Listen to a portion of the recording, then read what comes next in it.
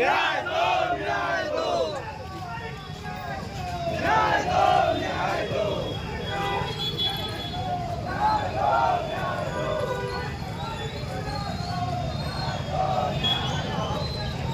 Police प्रशासन होश में आओ, होश में आओ, होश में आओ। सम्राट चौधरी होश में आओ, होश में आओ।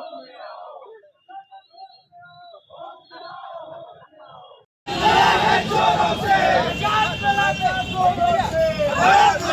चोरों से इंकलाब जिंदाबाद, जिंदाबाद जिंदाबाद, इंकलाब जिंदाबाद, जिंदाबाद जिंदाबाद।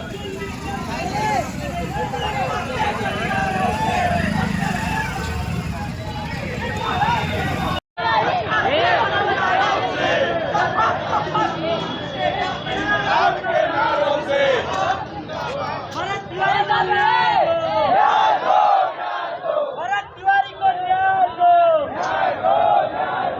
इंकलाब जिंदाबाद, अरे अगवा चटा भैया खाओ जाने आके भरत तिवारी को न्याय दो, भरत तिवारी को न्याय दो,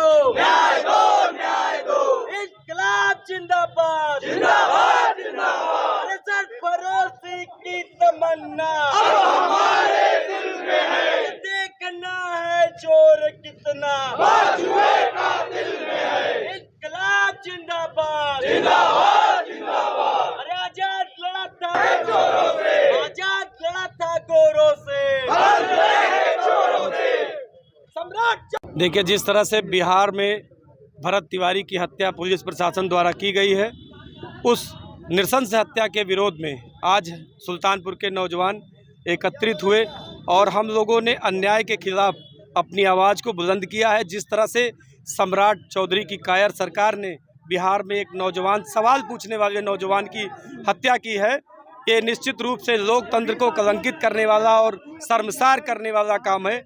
आज हम लोग यहाँ पर बहुत ही दुख के साथ एकत्रित हुए हैं और न्याय की मांग करने के लिए एकत्रित हुए हैं। निश्चित रूप से जिस तरह से बिहार की सरकार ने ये कायरतापूर्ण कदम उठाया है, उसके खिलाफ देश का नौजवान लामबंद हो रहा है और केंद्र सरकार के इशारे पर जिस तरह से सरकारों को छूट दी गई है, बुलडोजर इनकाउंटर की जो गलत नीति है, उसके विरोध में देश का युवा अब जाग रहा है और निश्चित रूप से इस सरकार को उखाड़ फेंकेगा। इस देश का नौजवान जाग चुका है और हम सब लोग भरत तिवारी के परिजनों के साथ हैं और इस सरकार के खिलाफ हम सब यहाँ एकजुट हुए हैं। मुझे लगता है पूरे देश में नौजवानों का आक्रोश इस समय सरकार के विरोध में है और हम लोग इस सरकार को उखाड़ फेंकेंगे। राम मंदिर में जो मामला सामने आया है, एसआईटी लगातार जांच कर रही है, आप लोग कितना भरोसा है कि जो है निष्पक्ष जांच होगी? देखिए, कातिल ही मुंसिफ है और कातिल ही गवाही है।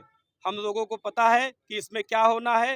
राम मंदिर के नाम पर सिर्फ चंदे की लूट हो रही है, हमारी आस्था के साथ खिलवाड़ किया जा रहा है। आस्था के साथ खिलवाड़ करके हमारे दान के पैसों को चंपत राय चंपत हो जा रहे हैं, अनिल मिश्रा खा ले रहे हैं और निश्चित रूप से अगर ठीक से जांच हो गई, हम सीबीआई जांच की मांग करते हैं। सीबीआई जांच होगी तो पता चलेगा कि चंपत राय तो सिर्फ एक मोहरा थे, असली पैसा कहां जाता था, कौन मित्र ले जाते थे उनके, ये पता चल जाएगा अगर सीबीआई जांच हो जाए।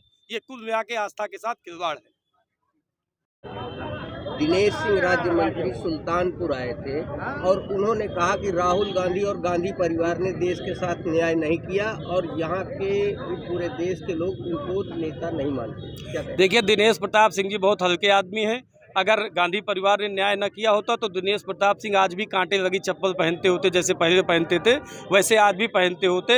ये जो सीमेंट फैक्ट्री के मालिक बने हैं, उनसे पूछ लीजिए कि उनको किसने ये सहारा दिया जो आज खड़े होकर किस पार्टी ने उनको एमएलसी बनाया। तो जिस थाली में जो छेद करे, जिसमें खाए, हम लोग उस पर भरोसा नहीं करते। न तो हम करते हैं, न रायबरेली की जनता करती है और न ही देश की जनता करती है। नीट पेपर आज हुआ है और राहुल जी कहीं न कहीं एक मिशन मोड में है।